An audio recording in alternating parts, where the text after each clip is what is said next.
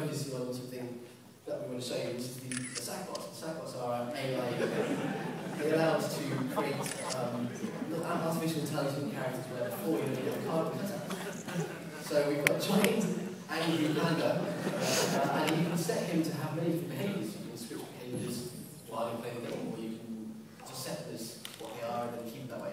So if you notice that on the top there, there's a zombie head. Oh, he's set to be a following zombie character.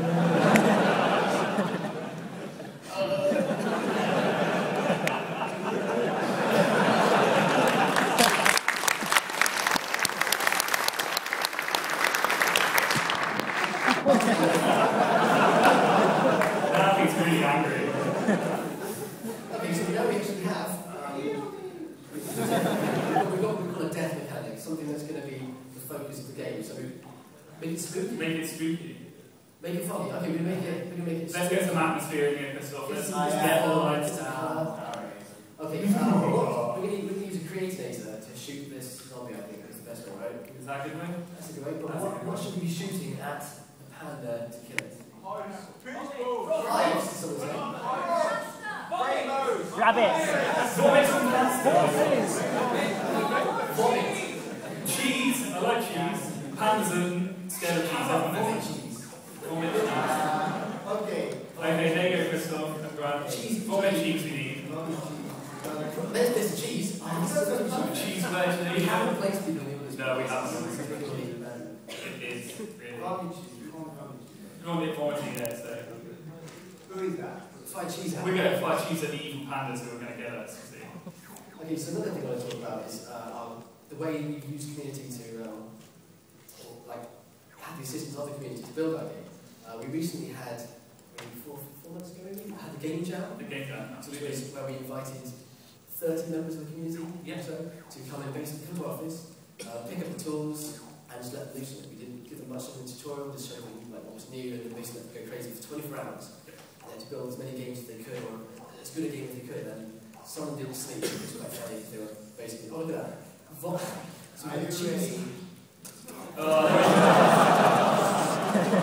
Vomit cheese, everyone. There we go.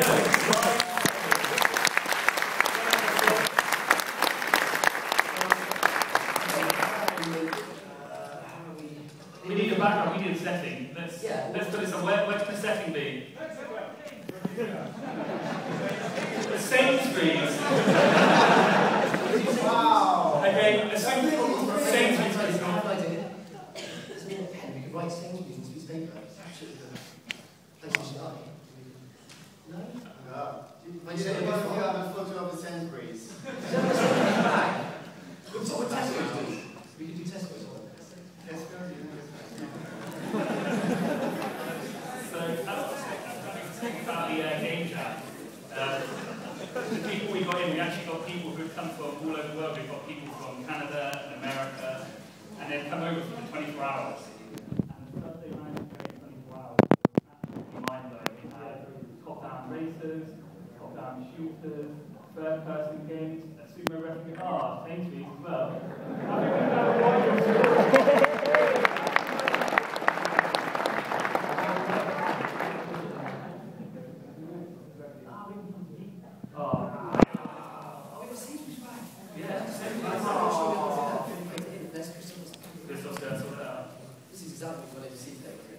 This is how rehearsed this actually is, you know.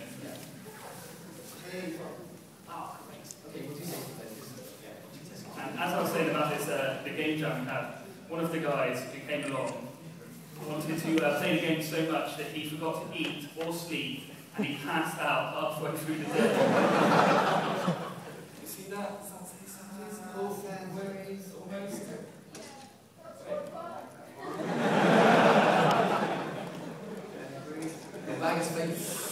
Wow, it's in there, well, it's closed.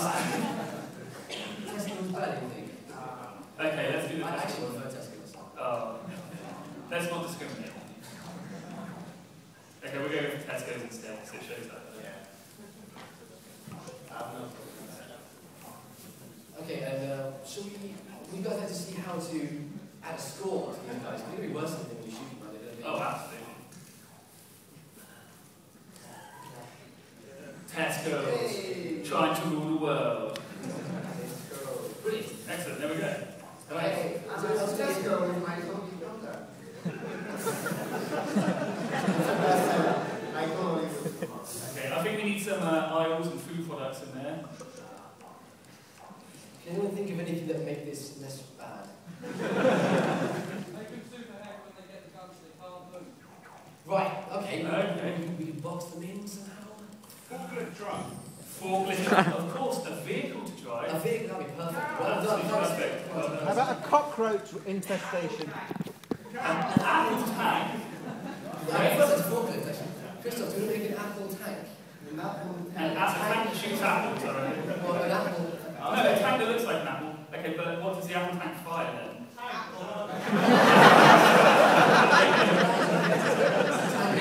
Oh my god.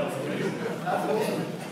So I'm giving the friends, this is an example of, the great example of using the controller to build a vehicle. And here, top down. as you can see, we've got a massive amount of new materials. A lot more materials than we had in the Planet 1. Fuse great. Can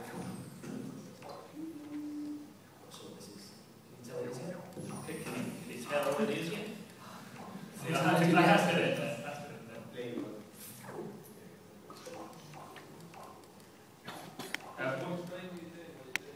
Sorry. Apple tank? I'll try and explain. So, all the materials we've got, Christoph is going to assemble together. For many of you who haven't probably played it with Planet 1, we have different layers, thicknesses, and you can assemble all these different layers, thicknesses, and different types of materials into various patterns and shapes to try and make what you want. So in this case, Christoph has taken a large square block up here, and he's taken a thin layer on front, which I believe he's trying to make the turret out of. So it's a very rudimentary tank at the moment, but hopefully once we've finished and jazz it up a bit, it will be the most awesome tank you've ever seen. I can now see what they're doing. Okay, so one person is making a tank from the regular side-on perspective that you used to see on the platform, and Christoph is making a tank from above, which is a neat little trick we do when we're making our levels. We actually sometimes fool the users into thinking they're playing a top-down shooter, a top-down tank game, or some kind of a top-down something.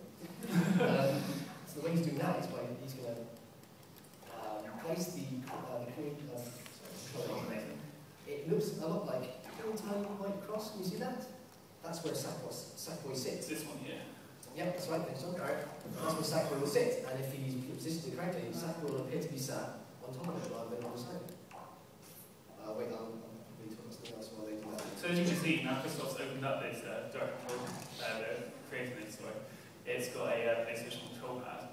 It has a wire prompts up there, and you can fire up any of the outputs from the 6-axis controller into anything you want in the level, whether that be a bomb, a piston, a door, you name it, just connect it to what you want. And the really important part of that is we thought, well, you know, people want to make these games, they want to make their own kinds of games, they want to just make levels anymore. So the important part of that is giving them access to the control pad, the PlayStation controller. And that was, when we suggested that, we thought, can we do that? It's going to work. And it worked so well, that we were just overwhelmed. Every button, including the 6-axis controls, are available for play. So when you're creating your device, you can decide that, you know, I didn't really like the way in this game that the left stick did this. I would prefer if it was the 6-axis, or maybe I want to use X and circle instead of R1 and R2 or something. And this allows you to do that. It opens up many, many different doors for creators, and I just can't see what happens about that.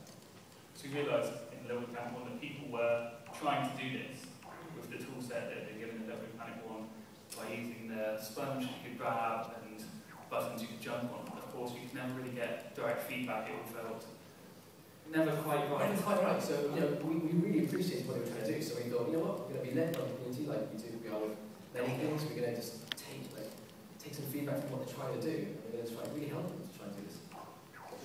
And the controller doesn't open up just vehicles and stuff like this. You can make essentially anything. It was one solution that can solve a myriad of problems that the first game suffered from to make puzzle games, anything you can think of, zombie Tesco shooters. So I'm actually going to talk about a little bit about the community and how we've improved the way that the community can find share stuff.